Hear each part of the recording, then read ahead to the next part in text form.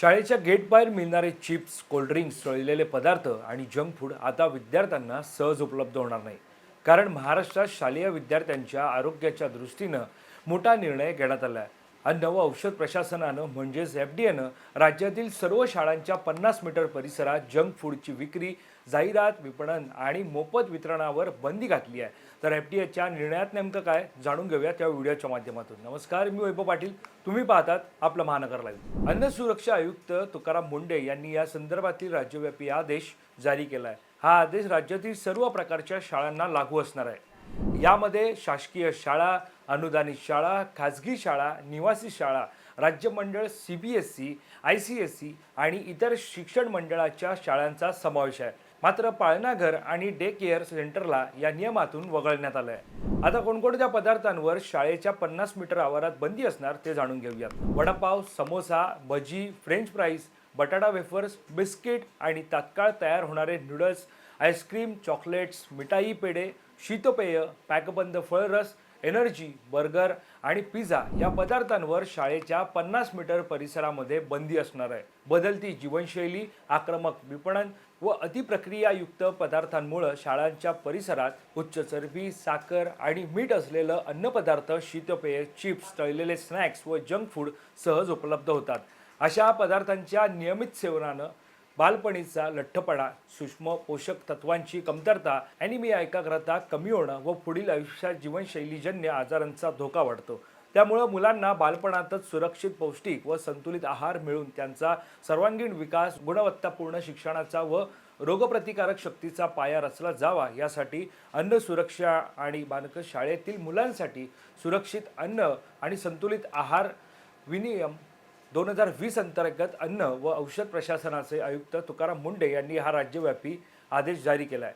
या आदेशानुसार शाळेतील कॅन्टीन, उपाहारगृह, टक शॉप, मध्यान्ह भोजन केंद्र आणि वसतिगृहातील स्वयंपाकगृहांसाठी काही नियम अनिवार्य करण्यात आले आहेत. यामध्ये वैध FSSAI परवाना किंवा नोंदणी असणं बंधनकारक आहे. स्वच्छ पिण्याचे पाणी उपलब्ध करणे, अन्नाची योग्य साठवणूक, तापमान नियंत्रण, क्रीडा नियंत्रण, कचरा व्यवस्थापन करणे यांचा समावेश असणार आहे. प्रत्येक शाळेत स्वच्छ पिण्याचे पाणी, स्वच्छ अन्न साठवणूक, तापमान नियंत्रण, क्रीडा नियंत्रण आणि कचरा व्यवस्थापनाची प्रभावी अंमलबजावणी करण्याबरोबरच विद्यार्थ्यांना फळं, भाज्या, कडधान्य, संपूर्ण धान्य, दूध आणि स्थानिक पौष्टिक पदार्थ उपलब्ध करून देण्यावर भर दिला आहे.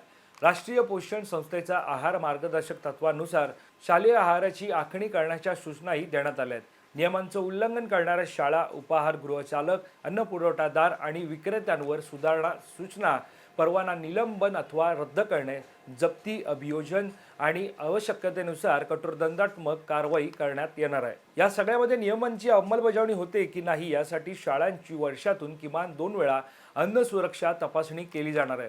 तसंच वर्षातून किमान एकदा अन्नाचे नमुनेही तपासले जातील. एकीकडे FDAचे आदेश असताना दुसरीकडे कोणते विद्यार्थी कोणत्या प्रकारचे जंक फूड खातात त्याबाबतही जाणून घेणार आहोत.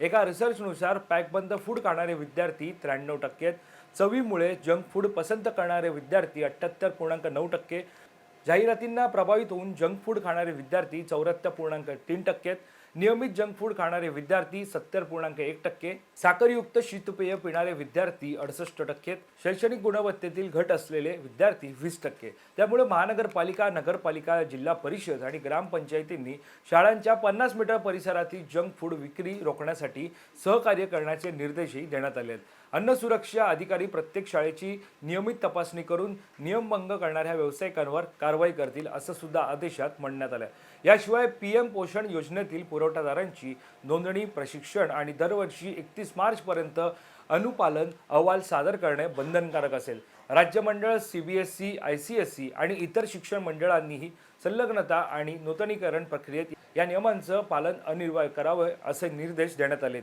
ईट राईट स्कूल आणि ईट राईट कॅम्पस संकल्पनेलाही या आदेशात महत्त्व देण्यात आलं आहे. प्रत्येक शाळेने शालेय पोषण धोरण तयार करणं, वर्षातून किमान 4 जनजागृती कार्यक्रम आयोजित करणं आणि आरोग्यदायी कॅन्टीन विकसित करणं अपेक्षित आहेत, असे सुद्धा या आदेशात मांडण्यात आले आहे.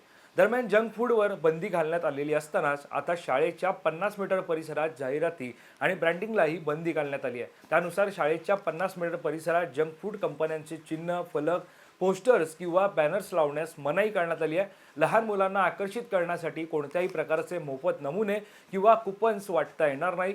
शाळांच्या परिसरात जंक फूड विकारी स्वयंचलित विक्री यंत्रणाही बसवता येणार नाही. दरम्यान FDAच्या निर्णयामुळे पूर्वीपासून किंवा ज्यांचा खाद्यपदार्थ विक्रीवर घर अवलंबून असलेल्या व्यावसायिकांवर या निर्णयामुळे गदा येणार असून पालक या निर्णयाचं स्वागत करणार का हे पाहणं महत्त्वाचं ठरणार आहे. तुमचं FDAच्या निर्णयाबाबतचं मत काय हे आम्हाला कमेंट करून नक्की कळवा. या संदर्भातली अधिकची माहिती जाणून घेण्यासाठी तुम्ही आपलं महानगर लाईव्हला सबस्क्राईब करायला विसरू नका. धन्यवाद.